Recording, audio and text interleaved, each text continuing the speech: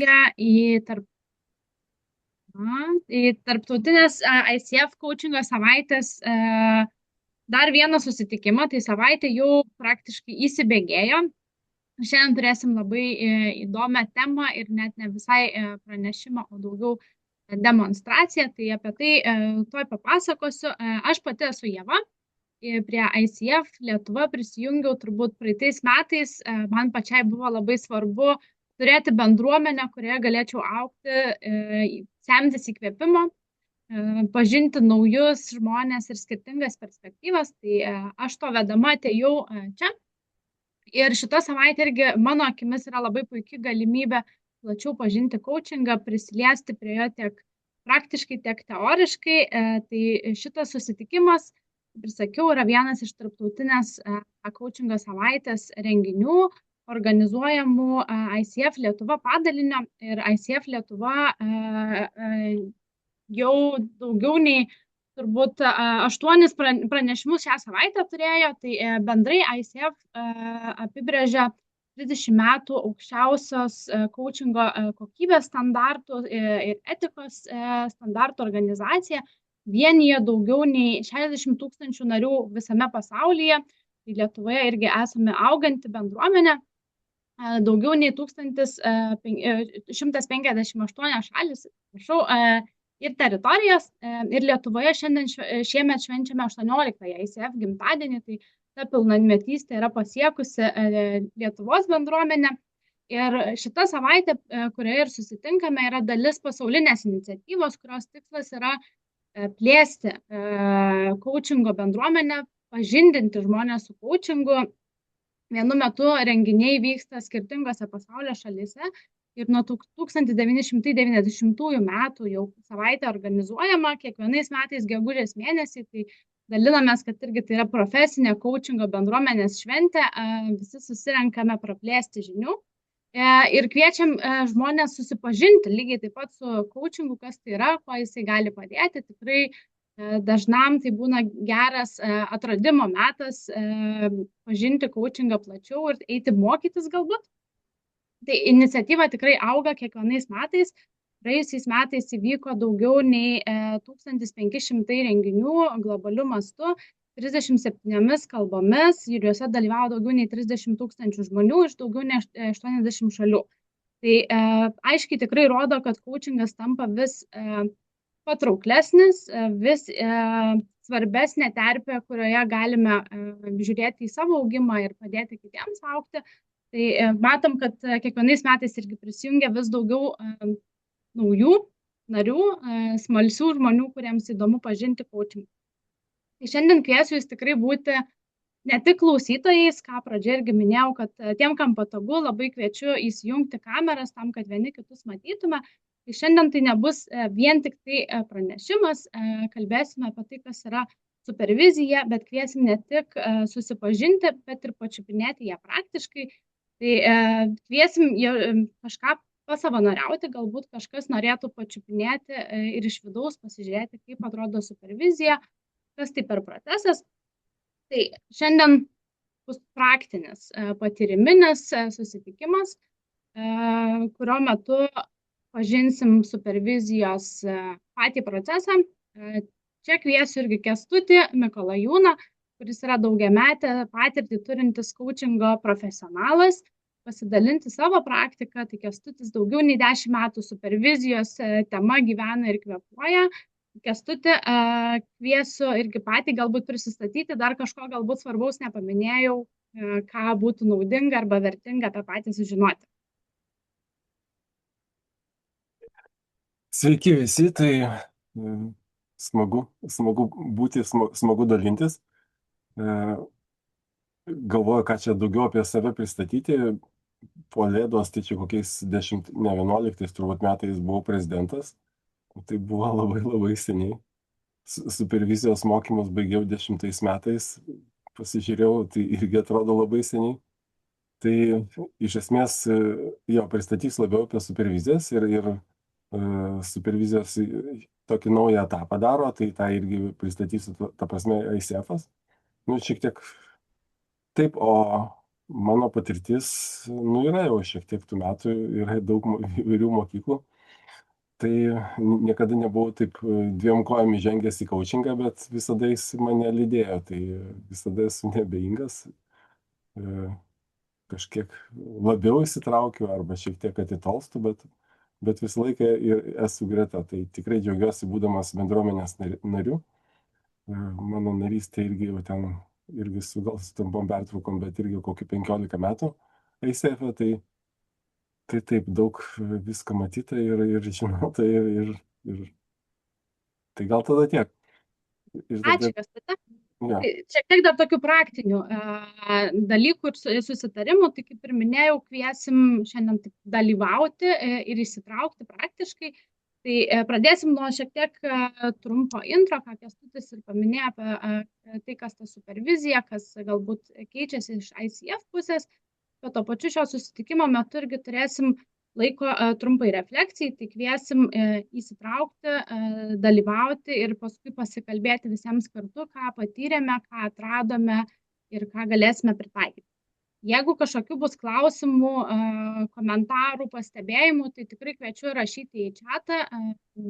Pabaigoje susitikimo irgi staptelsim į tam tikrus klausimus, atsakysim, jeigu jie bus nepadengti galbūt intro dalyje. Ir kviesiu iš karto irgi pagalvoti, jeigu kažkam būtų smalsu pabūti mūsų šiandieną savanoriu, tai tikrai tokią galimybę teiks. Tada galvoju, Kęstuti, ir pradedam gal. nu tai pradedam. Tai ačiū jau už tą pristatymą. O gal jau turim savanorį, ne? Gerai. Aš pasidalinsiu ekranu, turiu kelias skaidrės. Tai taip, bandom pasižiūrėti, ar rodo ekraną. Aha, turėtų rodyti, ne? Puikiai matom. Tai, ja, tai tvarkiai. Aha. Tai ką į dienotvarkę, į darbotvarkę sugalvojau sudėti, tai apie sąvokos evoliuciją, nes tai istorinė, pati istorija sąvokos ir iki coachingo jinai tokia daug pasakanti. Teoriją stengsiuosi pateikti praktiškai, savo keliu tokį tikslą, nes daug klausiau pranešimų, gerų pranešimų ir iš tikrųjų daug yra tokio abstraktyvaus lygio. Tai aš savo keliu tikslą atnešti ir detalių, ta prasme, kiek įmanoma. Aišku, kad negalime mes paskesti vien detalėse, ta prasme, tos abstrakcijos kažkiek tai reikia, bet stengsiuosi teoriją nuleisti iki praktinių kažkokių konkrečių dalykų. Tai manau, kad tada vertės atsiranda gerokai daugiau.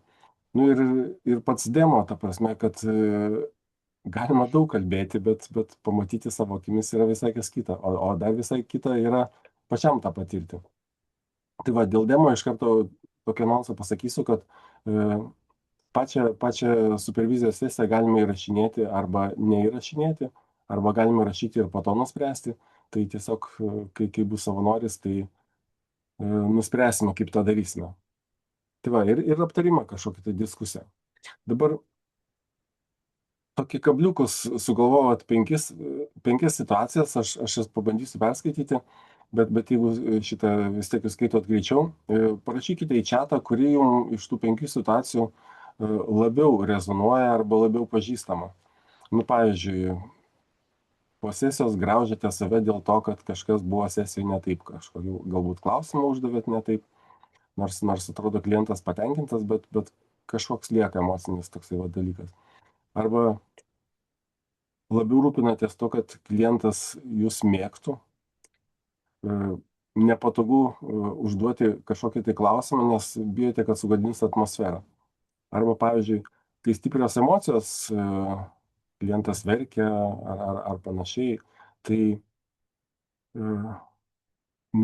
liekate uola, nors po to, po sesijos yra tas krūvis ir atrodo, kad kažkur ta energija ištekėjo. Arba galbūt tas jausmas, kad sesija įpusėjo, o skubinate klientą link rezultato, nes liko ten tik tai kažkiek tai tų N minučių. Arba tiek atiduodate jėgų sesijai, kad pabaigoje darbo dienos, ta prasme, pabaigoje jaučiate, lyg tai būtume perkrovę kelis vagonus.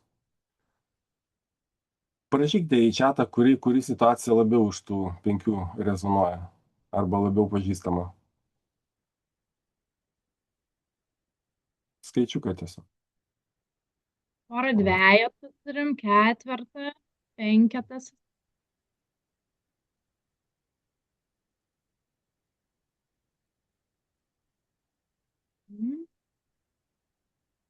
Kas panašiai Aha, vis sujuda lygiai praktiškai. ketvertų ir penketų, dvejetų, vieną vienetą turim. Mhm. Jo, tai įvairių yra atsakymų. Ačiū labai, kad parašėte. Tai supervizija iš esmės ir gali atsakyti ir padėti išspręsti visus tokius klausimus arba panašius. Dabar šiek tiek tokį istorinį kontekstą. Taip, kodėl man skaidrės nejuda. Pats žodis supervizija, jisai yra super, tai yra žvilgsnis, tai yra iš viršaus ir žvilgsnis tarsi iš viršaus. Tai požiūris į savo praktiką, į savo veiklą iš viršaus, iš tokio paukščio skrydžio. Aišku, kad ateina pati savoka iš, ta prasme, labai daug tą ką paėmė coachingas iš psichoanalizės ir psichoterapijos. Ir šitą vinikuotas, ta prasme, tai čia nuo Freudo laikų. Ir, aišku, vinikuotas dar įvedė kitokį dalyką. Vinikuotas, aišku, jis labiau toks kaip pediatras, jis pusę savo gyvenimo skyrė būtent vaikams ir šeimoms. Bet jis įvedė tokią savoką kaip triadą, ta prasme, kad motina, kuri rūpinasi vaiku, jai reikalinga parama, būtent tėčio parama. Ir tie 3 žmonės yra tokia sistema, kuri vienas kitą palaiko. Tai reiškia, kad mama atiduodama save daugiau vaikui, tai jinai gauna palaikymą iš savo sutuoktinio arba iš vaiko tėčio. Tai tiesiog atsiranda tokia sisteminis elementas, kuris ne tik tai kaip kontrolė, kaip priežiūra, kaip vykdymas, bet ir emocinis elementas, kuris susijęs su palaikymu. Šiaip supervizija Lietuvoje turi gan stiprią mokyklą, VDU ruošia supervizorius ir tie supervizoriai nėra tokie, kaip mes įsivaizduojame, jie yra visai kitokie, jie labiau akcentuoti į socialinį darbą. Šiaip man teko patirti tokių supervizorių, ta prasme, valdybos lygyje, bet sakyčiau, kadangi aš vis tiek esu coachingo fanas, aš net nežinau, ar ta tokia bendroji supervizija, kuri neturi konteksto rėmo, kuri tarsi yra universali ir tinka įvairiose erdvėse, ar jinai yra pati geriausia. Man vis tiek labiau atrodo, kad komandų coachingas, net ir sprendžiant konfliktus arba sunkias situacijas, būtent organizacijos viduje, tuo atveju buvo valdybos lygyje, tai man atrodo, jis būtų efektyvesnis. Bet tai gali būti turbūt ir supervizija taip kaip VDU, nes remiasi stiprią metodiką austrų ir vengrų, tai yra vokiečių ir austrų. Ir ten yra daugiau tokio tarsi fasilitavimo. Dabar, jeigu žiūrėti, kaip ta supervizija 10 metais, tai buvo labai seniai. Mano mokytojai buvo atėję iš psichoterapijos, iš transakcinės analizės, iš Jungtinės karalystės, kitas kilęs iš Pietų Afrikos Respublikos, bet tai yra tokia britiška mokykla ir šita būtent Britų mokykla psichoterapijos yra labai stipri, ten labai viskas reglamentuota, ta prasme, kiek turi būti supervizijų ir panašiai, ta prasme, kad 10 ar 15 sesijų, dabar nepasakysiu tiksliai, ir viena supervizija, arba yra kitose srityse reglamentuojama, kiek kartų, ta prasme, kas kiek laiko turi būti supervizija, ten kas 3 savaitės ar kartą į mėnesį, ta prasme, dirbant.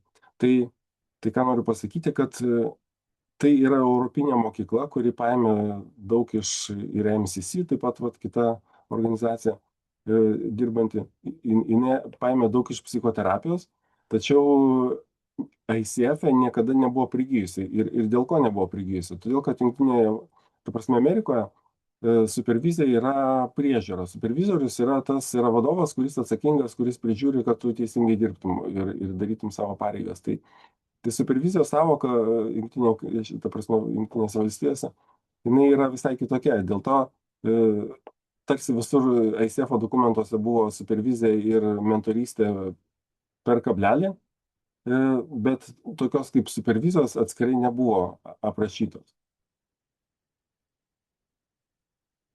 Jo, jeigu dar toliau lysti į šitą, kas yra supervizija, tai, tai yra tokie trys tarsi pagrindiniai pamatai. Pirmas tai yra toks normatyvinis, tai yra profesiniai klausimai. Vat būtent tos klausimus, kuriuos aš buvau įdėjęs pradžioje į 5 skaidrę, 5 situacijas, tarsi skirtingas, tai tuos klausimus galima spręsti ir tai yra vienas kertinis akmuo. Kitas yra formuojasis arba formatyvinis, tai yra tobulėjimas, kad išsprendus savo klausimą, ne tik tai klausimas profesinis išsprendžiamas, bet taip pat ir patobulėjime. Ir be abejo palaikymas. Palaikymas tokia emocinė erdvė, kuri be abejo būtina kaip ir kiti du, net sakyčiau svarbesnė, nes kadangi supervizija vis tiek ateina iš psichoterapijos, tai yra psichodinaminiai tokie procesai, kur reikalingas tikrai didelis saugumas. Ir kokie užkulisiai, net nežinau, ar čia pats geriausias žodis užkulisiai, bet kokios dar pareigos man kaip supervizorio, tai aišku, kad yra apsaugoti klientą, coachą ir profesiją.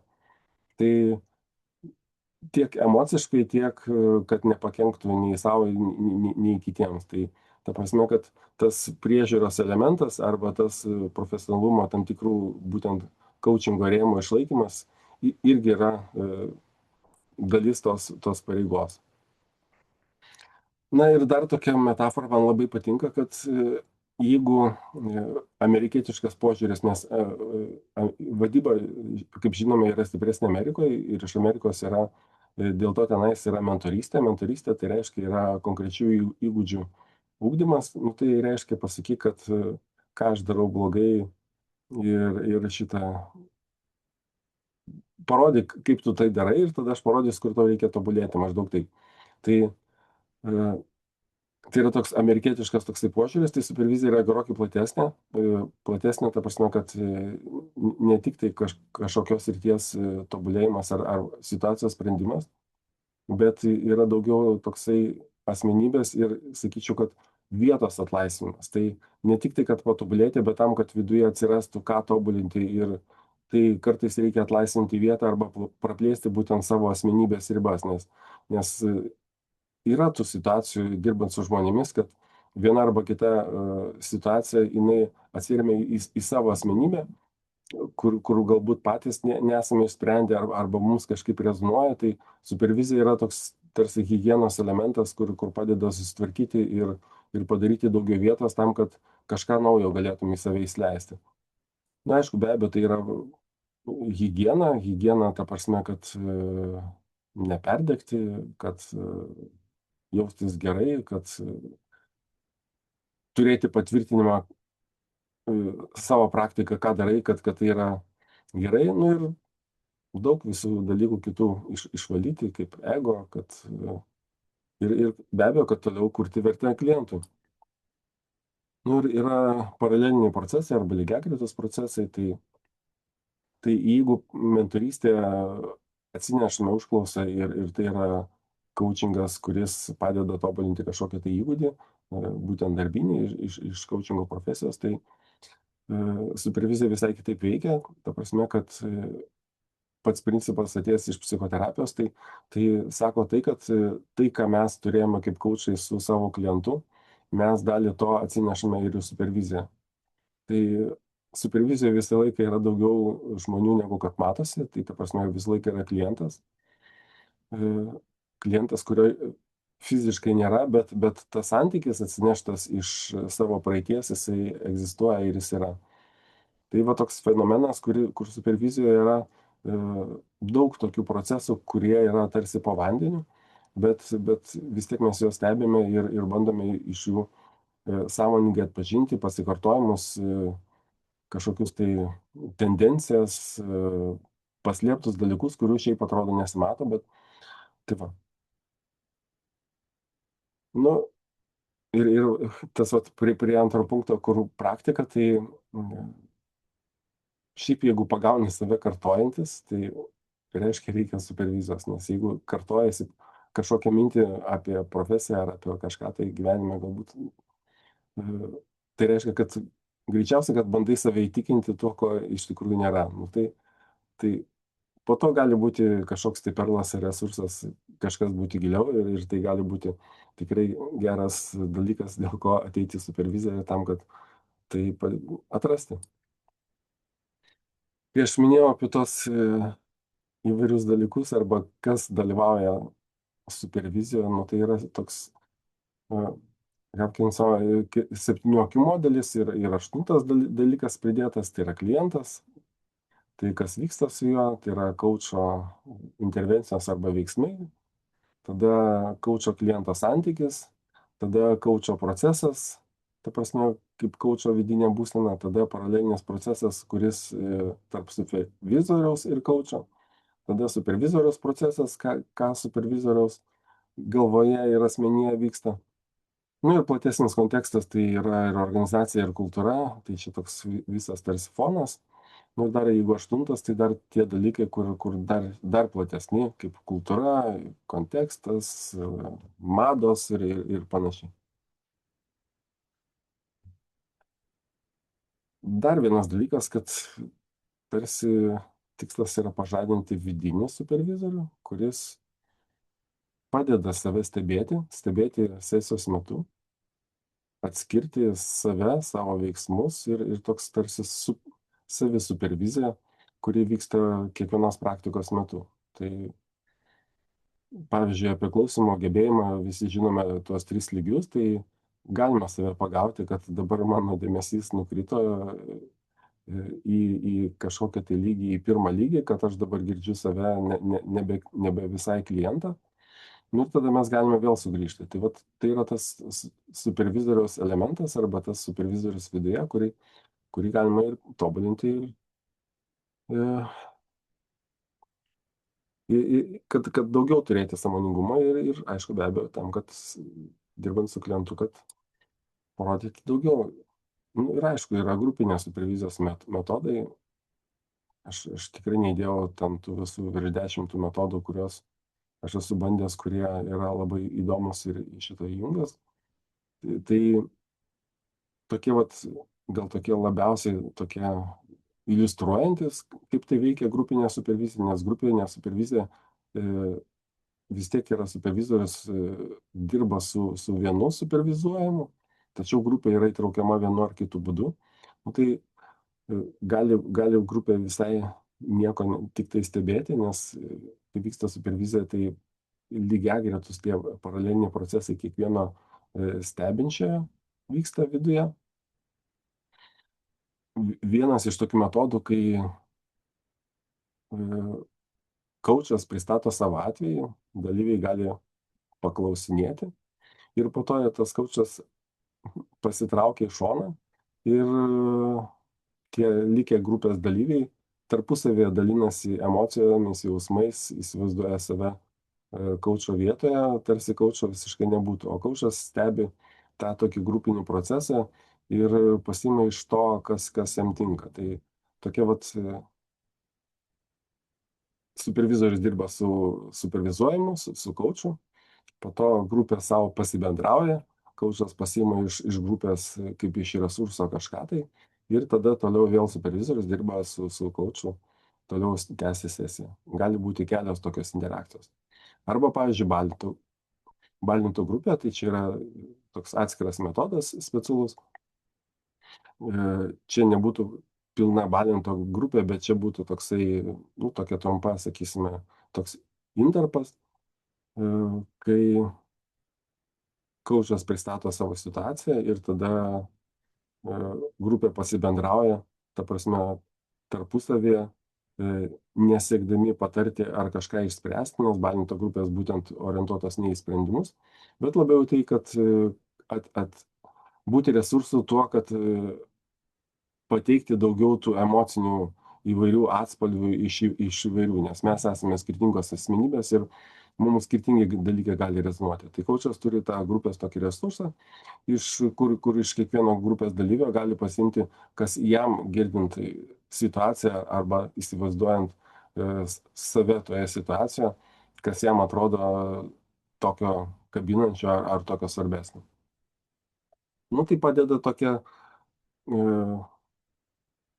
iš grupė, kaip būna resursas, padeda pamatyti tokį paveikslą gerokai spalvingesnį, platesnį, be abejo viską tą iškelti, kas yra giliai po vandeniu, į paviršių ir po to pasižiūrėti, su kuo toliau judėti ir dirbti. Kas dabar keičiasi, nesiniai pristatė coachingo supervizijos specializacijos kvalifikaciją, lygiai taip pat kaip ir su mentorystės. Nuo 27 metų tikrai visiems ICTC, nu, tai būtent komandų coachams bus privaloma supervizija. Iki šiol buvo per brūkšnelį mentorystė ir supervizija, dabar supervizija. ACTP tos programos, kurios duoda pilną paketą, jos pačios rūpinsis toliau supervizija, tai nėra reglamentuojama, bet ICF jau atsiranda supervizija. Dabar skaičiau aš tą specializaciją, tą aprašą, nesakysiu, kad man viskas labai aišku, aš šiandien stengiuosi pateikti šiek tiek daugiau negu kad jame yra, nes apskritai, jeigu žiūrint į coachingą, aš vis pasigendu ir man taip per mano visą tą praktiką nepavyko išsiaiškinti, nes jeigu susirasti kokių ten, nežinau, 8 metų ar 12 metų etikos kodeksą, jame buvo coachingo filosofija. Filosofija tai reiškia, kad klientas yra kūrybingas ir visaip kitaip įgalus. Kai kurios coachingo mokyklos dar pas save turi šitą įsirašę, bet iš coachingo etikos kodekso filosofinė dalis jau seniai yra išimta. Tai tarsi pasislėpia po kažkokiamis kompetencijomis arba kituose dalykuose ta filosofija. Aišku, dabar yra coachingo ta mąstysena, kuri daugiau atspindi, daugiau į save sutelkusi.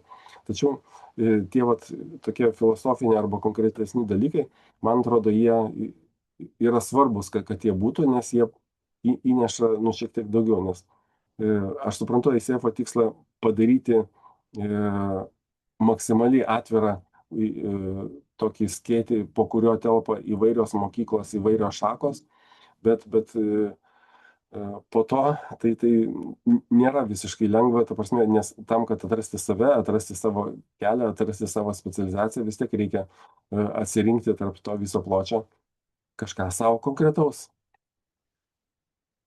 Tikriausiai tiek, nebent kažkokių klausimų apie teoriją, apie pačią superviziją.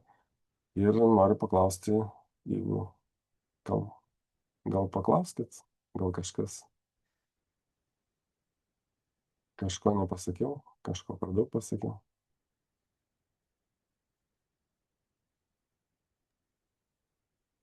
Čia klausimų neturim. Klausimas, kas aišku, ar viskas neaišku. Tada aš turiu klausimą.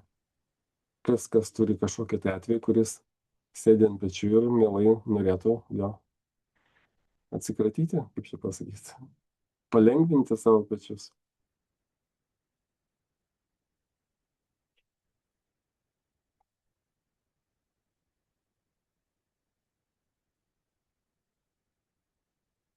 Jo, kaip minėjau, kad galima daryti įrašą arba ne, taip kaip nuspręsite.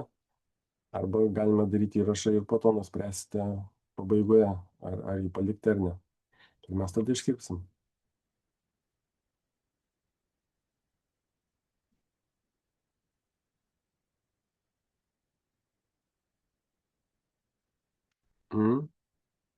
Matau daug savanorių.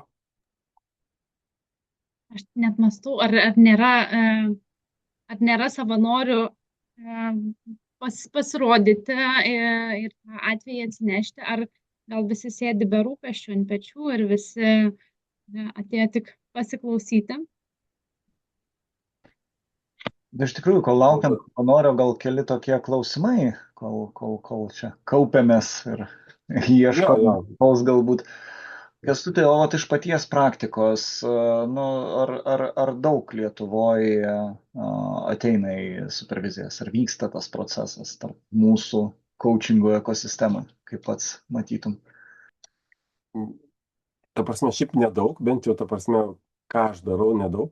Aš manau, kad tos, kurios yra mokyklos, kurios aktyviai veikia, jos greičiausiai turi to daugiau, arba tai įeina į programos dalį, nu, kažkokią mentorystės ar supervizijos.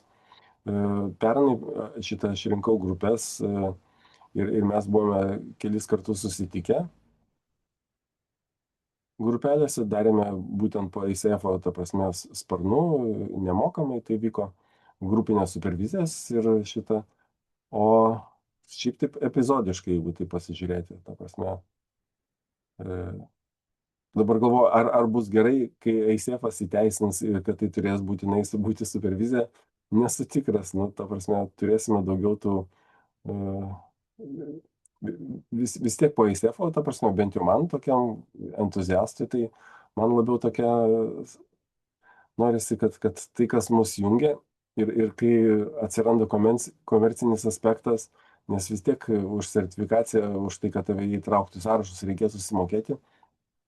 Nu, tai vis tiek įneša tokio ir konkurencijos kažkokio atspalvio ir panašiai. Tai nu, pažiūrėsime, kaip tas bus, bet kokį tai duos pokytį. Gal dar klausimų? Gal savanorių? Jo, savanorių, tai be abejo. Kelkite ranką ir sutariam arba nesutariam. Šiek tiek kita diskusija, nes vat, su mentorystės puse dalyvauju šiek tiek pačiam NCF-o, kadangi dabar oficialiai pareigos įvardintos kaip sertifikacijos vadovas mūsų chapteryje, tai ten jungia į grupę, kur apie tai kalba. Ir labai kyla toks ažiotažas dėl mentorysčių, kad irgi vat, atsiranda ta sertifikacija nauja mentorysčių ir kad ne visi mentoriai ruošiasi ją tęsti, pokytis mokymosi procese irgi vyksta. At kaip Kęstuti pats matytum tą būtent supervizijos padarymą privalomą tam tikrą prasme poveikį pačiai coachingo profesijai? Ne tai, kad čia komercija, kad reikės tą sertifikatą išsilaikyti, tai ta dalis, aišku, suprantama, ir ICF-o galbūt tas noras irgi šitoje vietoje tą susisteminti yra daug maž aiškus, bet pačiai profesijai, ką tai lemia? Nu, aš manau, ta prasme, kad tai gerai, nes ta prasme, jeigu pažiūrėti, kodėl mes pasitikim ten psichoanalitiką, psichoterapeutais, todėl kad yra tos mokyklos, jos taigi turi šiek tiek daugiau, turbūt dvigubai daugiau, ta prasme, patirties, nu, aš tai dar palyginti vis tiek naujos profesijos, coachingas gal per pusę jaunesnis, ta prasme, užės. Ir kažkaip pat norisi su jais lygintis, ta prasme, ir pasižiūrėti, kas tenais yra gerai ir kas tenais veikia.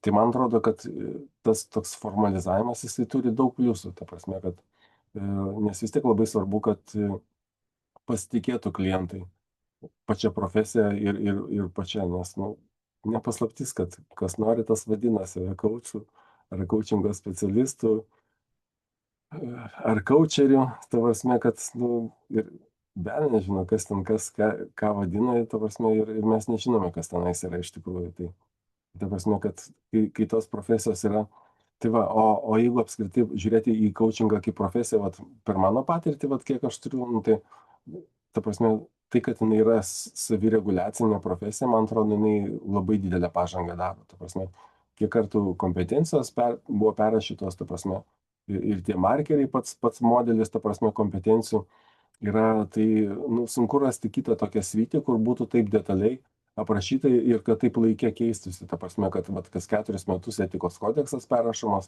kompetencijų modeliai peržiūrimi. Ta prasme, kad nu, progresas tai yra tikrai gerokai didesnis už bet ką aplinkui. Tai nežinau kitos tokios profesijos, kuri turėtų tokį pagreitį.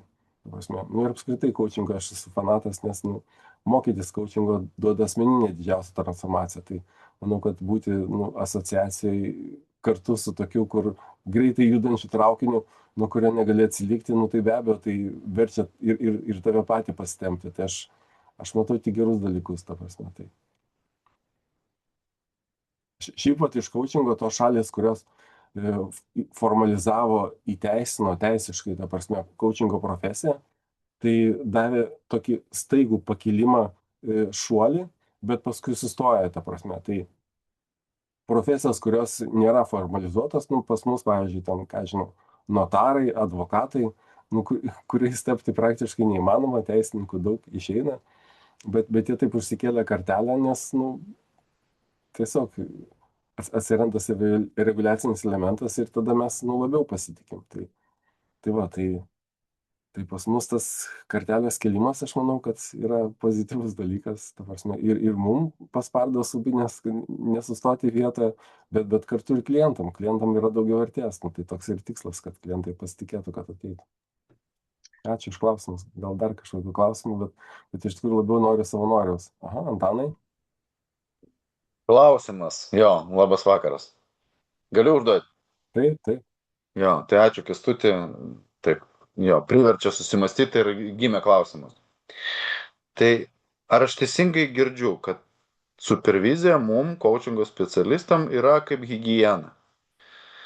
Tai reiškia, kad tai nereikia kad ten, žinai, kažkas yra, bet tu turi vis tiek turėti savo kažkokį nuoseklumą to dalyko, nueiti pas supervizorių. Ir jeigu taip, tai, žinai, gal matai kažkokią tai, nežinau, kartą per pusmetį, kartą per, nu, tokį periodą, kurį įprotį eiti pas supervizorių galim savo ugdyti. Nu, tai čia lygiai taip pat kaip pas gydytoją, žinai, tai yra profilaktiniai patikrinimai, kai tau nieko nėra, bet su amžiumi, ta prasme, aš jau esu tame amžiuje, kur ten virš 50 ir ten skambina ir sako, kad tau reikia profilaktiškai kažką pasitikrinti, tai tiesiog ateini, nors neturi problemų, arba kai turi kažkokią tai problemą, tai tada irgi ieškai. Tai aš sakyčiau taip, dabar jeigu imti iš aplinkos pavyzdžius, nu, tai sakiau, psichoterapija, tai tarp 10-20 sesijų viena supervizija, arba kartą per mėnesį supervizija. Tai, sakysime, aš taip įsivaizduoju, kad jeigu toks vidutinis, aišku, Lietuvoje nežinau, kas dirbantis coachas, tai šitą, dabar bandau taip nuspėti, ta prasme, kažkokią tai tipą, kuris kiek tenais turi 5 sesijos, ne, per savaitę. Nu, ta prasme, nepilna diena ir tarp kitų visų veiklų.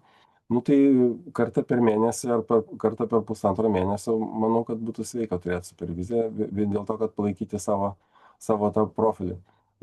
Jeigu turėtum, pavyzdžiui, nežinau, 2-3 sesijas kiekvieną dieną, tai, sakyčiau, gal ir 2 kartus per mėnesį reikėtų, nes tada tas didelis krūvis vis tiek tada nebesi toks švarus ir panašiai.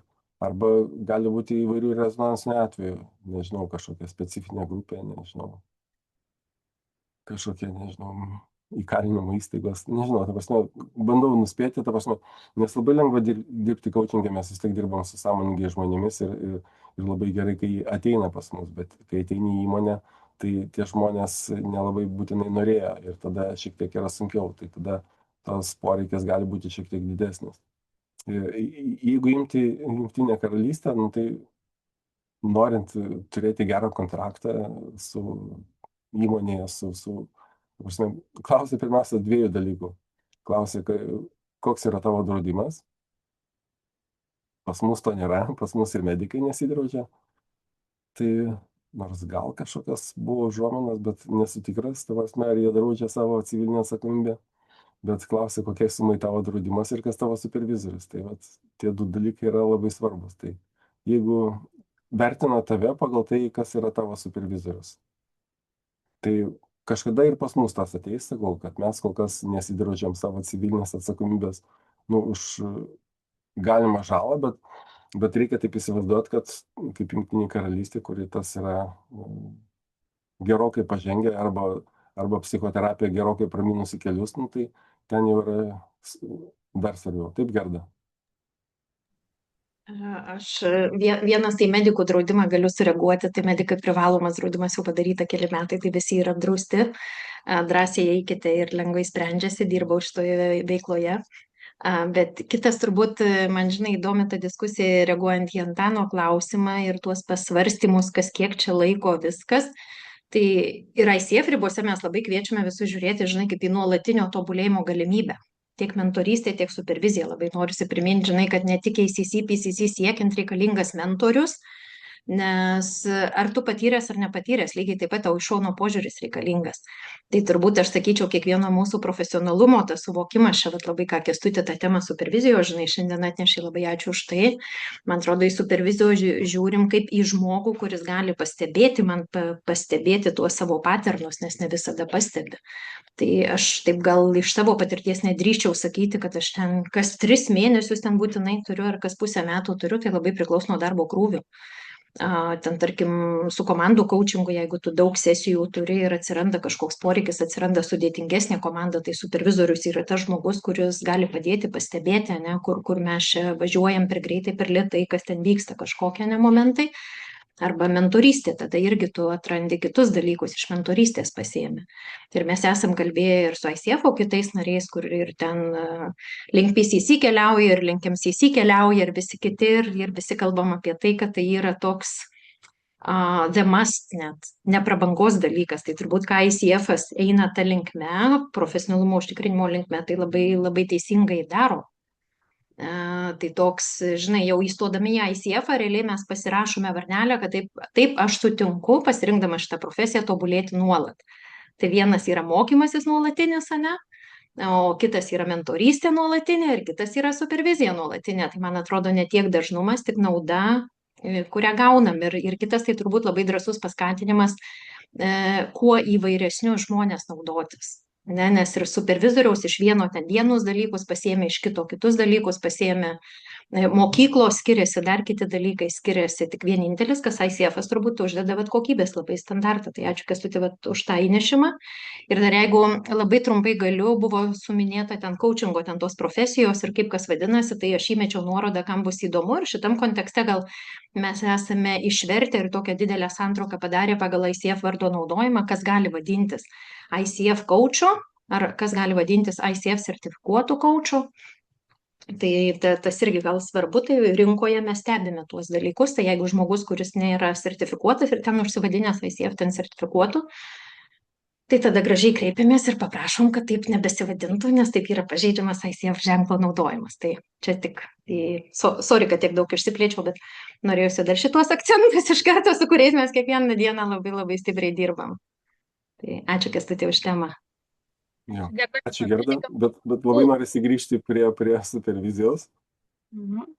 Aš norėjau sakyti, kad kol dar gal kažkas, nežinau, yra savanorių, nėra savanorių, nes aš turiu gal tokį klausimą, kuris gal kažką įkvėptų ir paskatintų ateiti ir pasavanoriauti. Man smalsu, kas žmonės dažniausiai nustebina pirmą kartą patyrus superviziją, nes turbūt visiems tas pirmas kartas būna toks mistinis, nežinai, ko tikėtis. Ar yra, Kęstuti, kažkas iš tavo paties patirties, kur atrodo kaip tendencija arba staigmena, maloni, nežinau, tikėtina, kad maloni atradimas, kurį dažniausiai žmonės įvardina? Pirmo karto, nežinau, nušvitimą. Galvoju, ką čia tokio, žinai, atsakyti protingo. Ta prasme, nes vis tiek supervizija labai individuali ir kiekvienas individualiai pasima kažką savito. Bet atradimų vis tiek būna, ta prasme, tiesiog pastebi daugiau negu kad iki tol. Tai ta prasme, kad pasitikėjimas, bent jau iš mano coachingo pasitikėjimo yra tikrai daug. Turbūt apskritai net iš bet kokio pokalbio pasitikėjimo gali būti šiek tiek daugiau, ta prasme. Bet coachingas suteikia pasitikėjimą, supervizija daug daugiau suteikia pasitikėjimą, nes sakau, kad remiasi vis tiek yra trys tie dalykai. Pasitikrinimas to, ką darai, ar darai gerai, nes kartais būna viduje abejonių, tai, ką tu darai, ar iš tikrųjų darai gerai. Tai gaunu tokį požiūrį į šoną, ta prasme, tai nėra gal toksai vertinimas bet labiau pasidalinimas ir toks panagrinėjimas, ta prasme, kitas žvilgsnis į tavo praktiką, sakysime. Nors šiaip daugiau mentorystės būtų objektas, ta prasme, praktikos konkrečios tobulinimas. Tai va, be abejo, palaikymas yra supervizijai ypač labai svarbu ir aš suprantu, dėl ko gali neatsirasti čia savanorių, nes supervizijai tikrai reikia labai saugios aplinkos. Ir šitą, kai atsiras savanoris, aš pristatysiu, kaip mes saugosim tą savanorį, nes supervizija vis dėlto yra gilus procesas. Tai čia demos neturi būti jisai gilus, galėsime paskui susitarti dėl atskiros supervizijos, ta prasme, už kadro su savanoriu galėsiu padovanoti. Tai va, bet tai yra saugumo ribos, ta emocinė dalis be abejo labai yra svarbi. Tai va, ir pasimokymas, išvadų pasidarimas, kaip ir coachingo, tą tokį sąmoningumą vis tiek kompetenciją turime, kur tobulėjimo aspektas visą laiką yra. Tai tie 3 dalykai yra tokie platesni, kad išeini gerokai turtingesnis po supervizijos į savo praktiką. Švaresnis, turtingesnis, net nežinau, kaip čia pasakyti. Vietos daugiau atsiranda viduje ir atsiranda kažkam naujam, nes labai sunku įsileisti klientą į savo pasaulį, ta prasme, būti kartu su klientu, kai viduje tos vietos, kai rankšta. Tai prasivalius, turint daugiau aiškumo, tada lengviau, laisviau jautiesi su klientu, ta prasme, daugiau kliento pasaulio gali apriepti ir jisai tada nesibado į mano vidinę pasaulį kaip coachą, ta prasme, mažiau mane trikdo ar kažkaip tai erzina ir judina, kai turi daugiau viduje tos higienos, kai esu švaresnis. Kai esu praplėtęs kažkiek tai savo ribas, tai kaip coachas. O kiek laiko truktų ta supervizija? Iki pusvalandžio, apie 20 minučių. Tai gal nebūtų. Ne, aš pagalvojau, aš taip įsijungiau visai tiesiog tik pasiklausyti, bet kai uždavėt klausimą apie, kai nepasirodo nieks, kas norėtų, tai man kirpėjo, turiu situaciją, kuri visai gal ir būtų įdomu panagrinėti. Gerai, tai žiūrėkite, tada mes turime savanorį, minutėlę aš grupė išdalinsiu darbus ir tada mes nersime giliau į sesiją.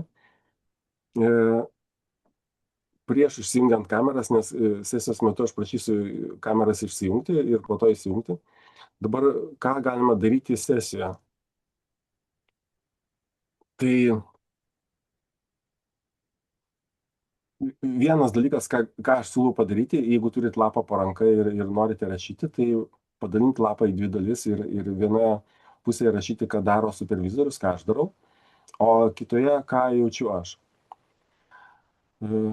Po to mes darysime aptarimą, bet kaip aš minėjau, kad aš būsiu tas griežtas sargas, mes kalbėsime metodus, apie procesą, mane galima aptarinėti kiek norit, savo patirtį taip pat, tai kas vyko jumise irgi taip pat, bet noriu prašyti ir aš tą saugosiu savanorio asmeninį pasaulį. Ta prasme, kad tai, kas buvo sesijoje, mes jos nebeatidarysime ir nebegrįšime atgal.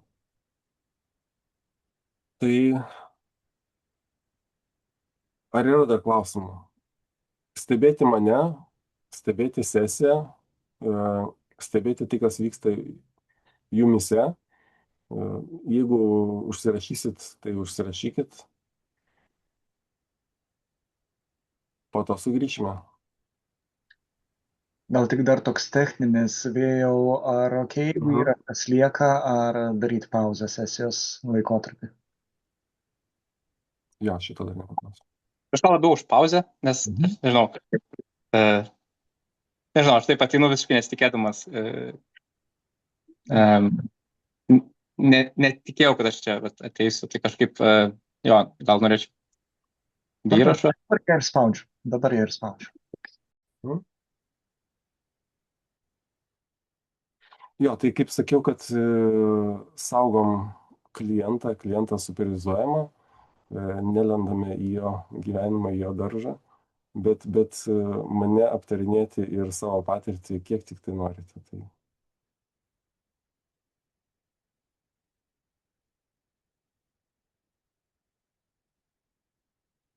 Jo, gal kažkam įdomu mano, ta prasme, dabar galvoju, klausimas buvo apie kontraktą, ne? Nebuvo mūsų sesijoje kontrakto tokio griežto. Tarsi, nežinau, kokių 80% sesijos, jeigu ne 85, ėjo, bet pabaigoje, nu, nežinau, tas išvadas mane tai džiugina, ta prasme.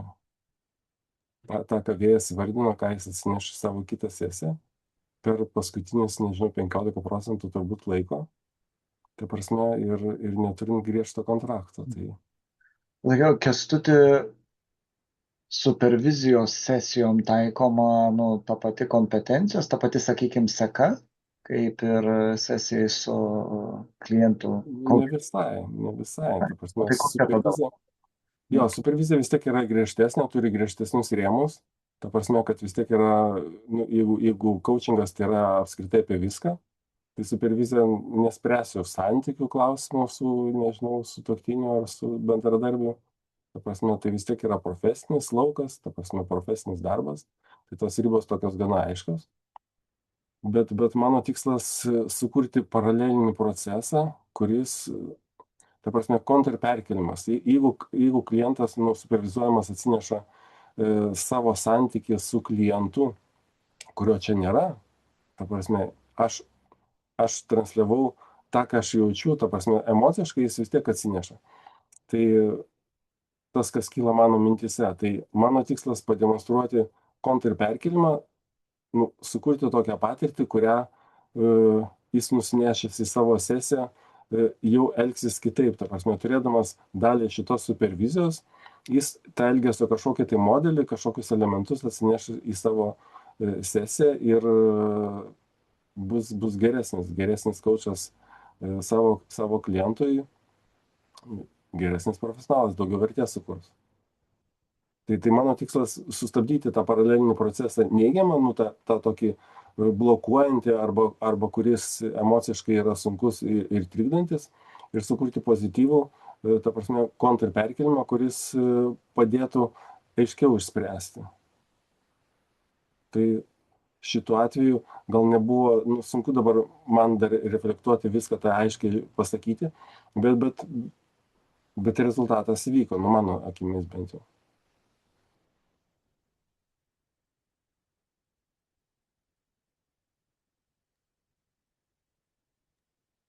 Dar paklauskit manęs ir tada vėjo paklausim, kaip jisai atsipūtęs, kaip jam atrodo po pauzės.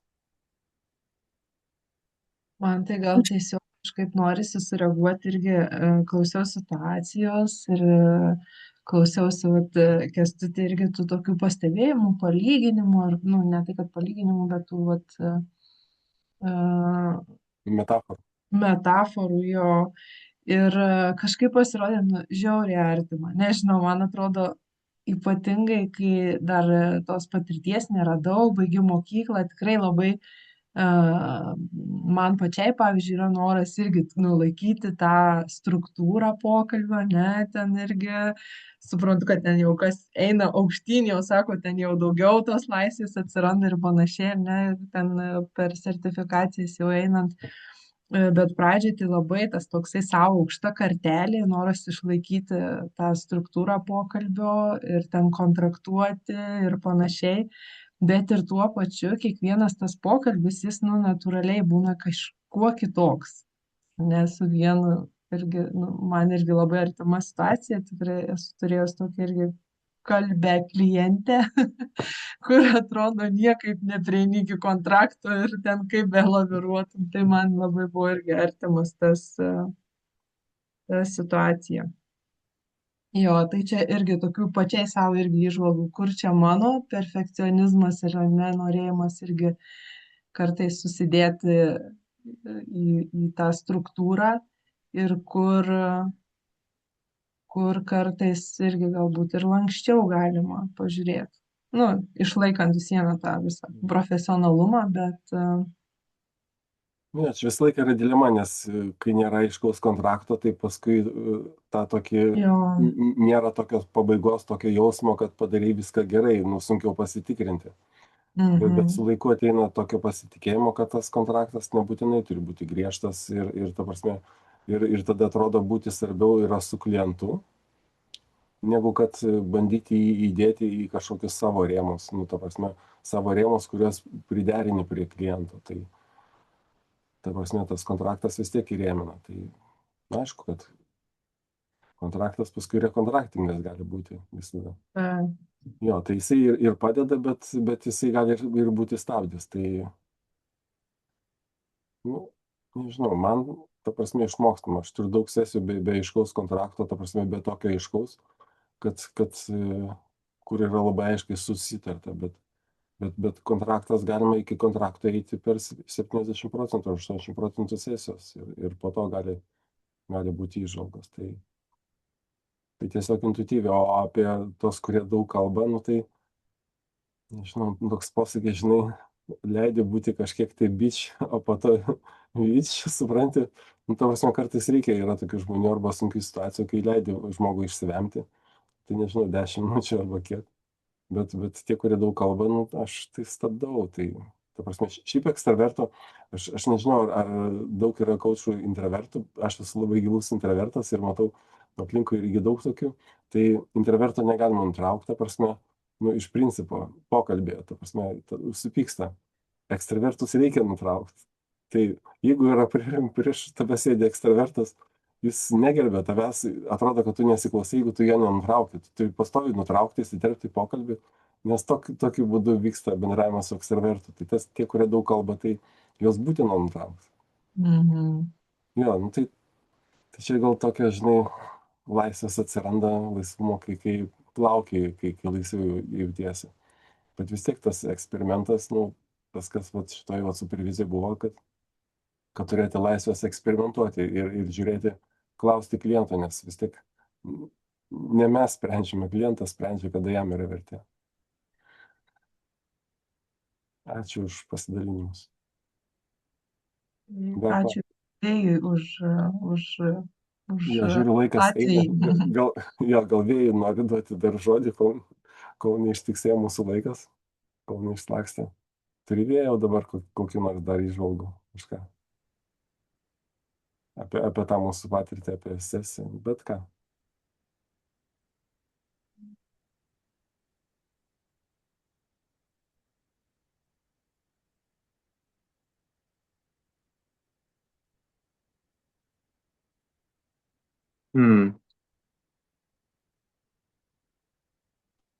Būtent apie supervizijos šitą patirtį su tavim. Ne konkretų tavo atvejį, bet galbūt vietą, galbūt, nežinau, man tai norėtųsi kaip pailsėfo savaitę, tai kad pasakytum, kada jos reikia, kad tai yra labai gerai, bet aš čia biškį šaržuoju. Ne, šiaip jaučiasi, kad per tokį trumpą laiką atrado tiek daug aiškumo. Tai, iš tiesų, aš dar pats taip gal negaliu taip techniškai skirti ir suprasti, kaip čia skiriasi ten nuo mentorystės ar ten coachingo taip labai aiškiai. Taip atrodo yra, kad prasilieja. Bet, man didžiausia, tai gal nauda buvo, kad kaip veikia supervizija, tai kad tu modeliuoji, kaip reikėtų. Toks pasijautė, kad, prasme, ir dar, kai tau uždavė klausimą, ką tu pasiemi iš to, kaip aš, sakykime, tą supervizinau į savo situaciją. Ir man tada buvo aha moment, kad, tu šitaip darai, taip darai. Tai man gal atrodo didžiausia nauda iš to, kad modeliuoti žmogų, supervizorių. Čia gal panašiai kaip irgi, jeigu turiu savo coachą, tai gerą, tai jis labai tampa geras pavyzdys vien iš to, kaip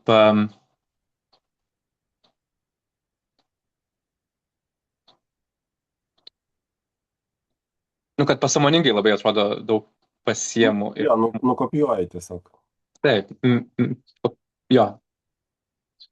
Man gal šitas didžiausias atrodo nauda iš supervizijos.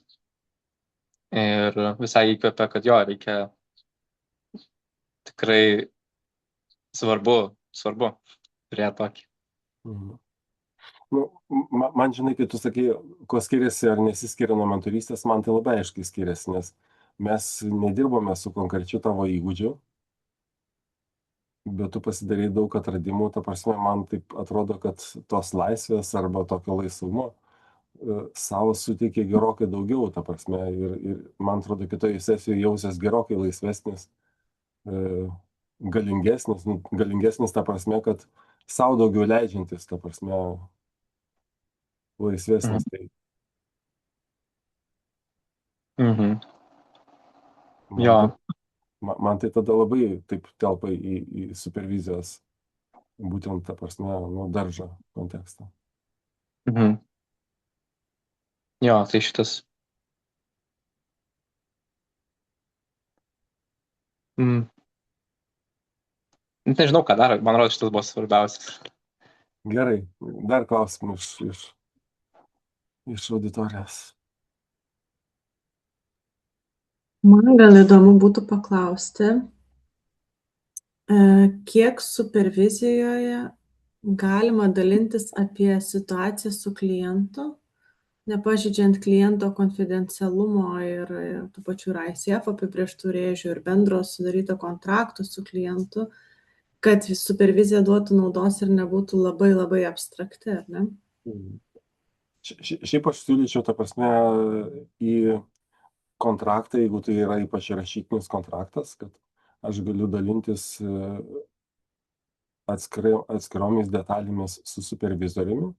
Nu, ir aš kaip supervizorius laikausi to paties etikos kodekso ir saugo lygiai taip pat kaip ir kaučas saugo savo klientą. Nu, labiau, kad aš ten skaidrėje buvau įdėjęs, kad mano tikslas saugoti klientą, kaučą ir profesiją. Tai prasme, kad man galioja lygiai tas pats etikos kodeksas. Tai jeigu tai norisi formalizuoti, tai galima įrašyti, kad kažkokius elementus reikalo esant aš atskleisiu supervizoriui, kuris laikosi to paties etikos kodekso. Ta prasme, to paties konfidencialumo. Jeigu nerašytinis, tai tiesiog įvardinti. Arba atsiklausti. Ta prasme, jeigu nėra iš anksto susitarta, nu, tai būtų sąžininga pasiklausti.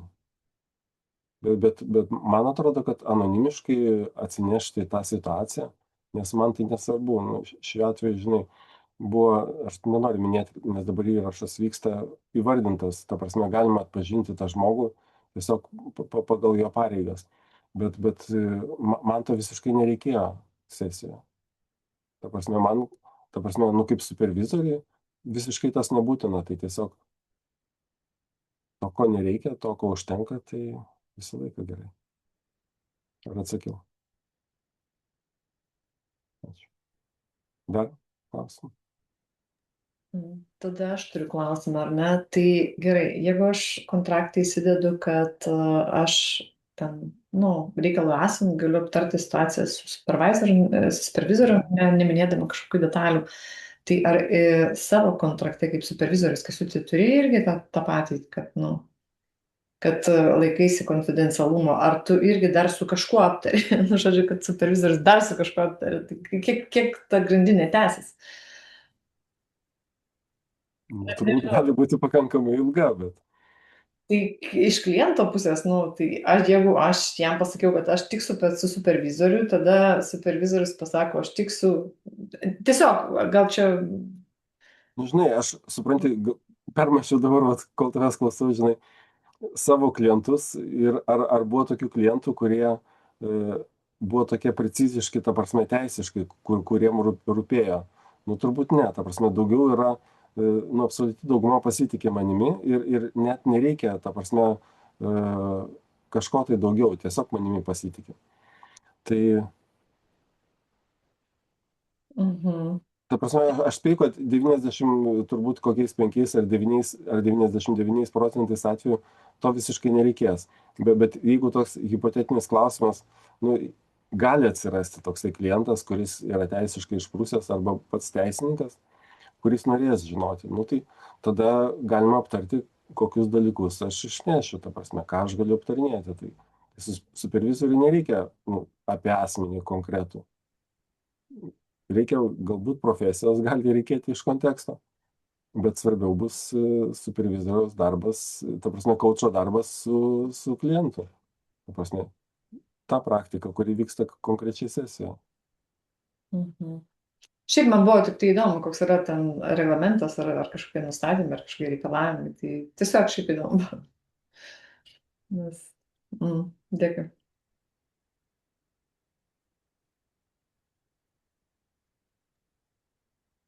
Antanai.